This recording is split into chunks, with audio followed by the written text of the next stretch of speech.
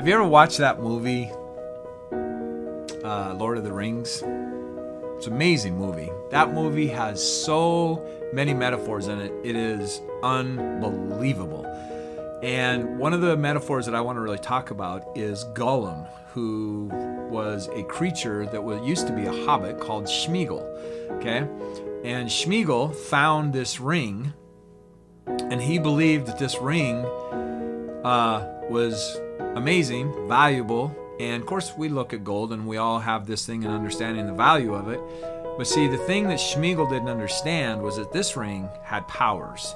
And this ring ended up slowly seducing him. See, this ring gave him the power to disappear, right? And it took him a little bit to figure that out. But once he did, he thought it was a superpower. But every single time he put that ring on and disappeared, that ring started taking him over, okay? Now, to the point of turning him into a creature called Gollum, okay? And what's important about this story is that Gollum ended up creating this relationship with this ring, calling it my precious, my precious. And it came to the point that Gollum was willing to kill. Of course, Sméagol killed for the ring, but Gollum felt like he was going to die without that ring, okay? Because that ring seduced him and overtook who he really was. Why this is important is because, see, we do this with our core beliefs. We do this with our core beliefs, and we never ever inventory what our core beliefs are. Now, are there some core beliefs that are aligned with truth, with our truth, and are beneficial to us in the sense they allow us to be healthy people with character and take responsibility and be integrous and compassionate and considerate? Absolutely. Absolutely. Now, there's also the contrast of that. There are beliefs in ourselves that are in our shadow, which is the part of us we don't want to deal with, that also have a life to us and can consume our lives, and we don't even understand it. And we don't ever second guess them, right? Because most of the stuff that we learned was before the age of 5. 75% of what we know was before the age of 5. And so we have some of these beliefs about money, about love, about standing up for ourselves or not standing up for ourselves, what it means to be integrous, what it means to be authentic, what it means to be honest. We all have beliefs around this stuff.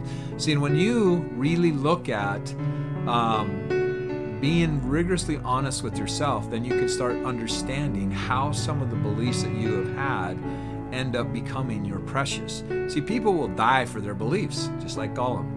People will die for their beliefs, but they never, ever, most people don't ever question what is, if they believe what they believe is accurate, okay?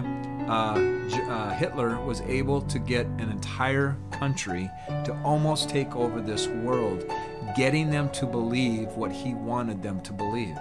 He was very, very strategic at doing this, okay?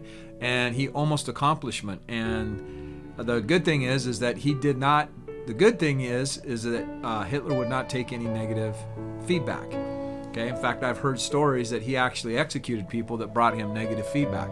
Well, see, we need to be able to have a balanced feedback. We need to know the whole, actual, authentic feedback of what's actually happening. But see, if we have beliefs that won't allow for that to happen, then we can be seduced to that, and that seduction can take us into places that we don't want to be. So, rather than getting attached to your beliefs, really be able to observe and inventory your beliefs to see if they really are part of truth and your truth, okay? Don't let it be your precious and it consume you and take you into places that you don't want to be, okay? Because you are a divine being.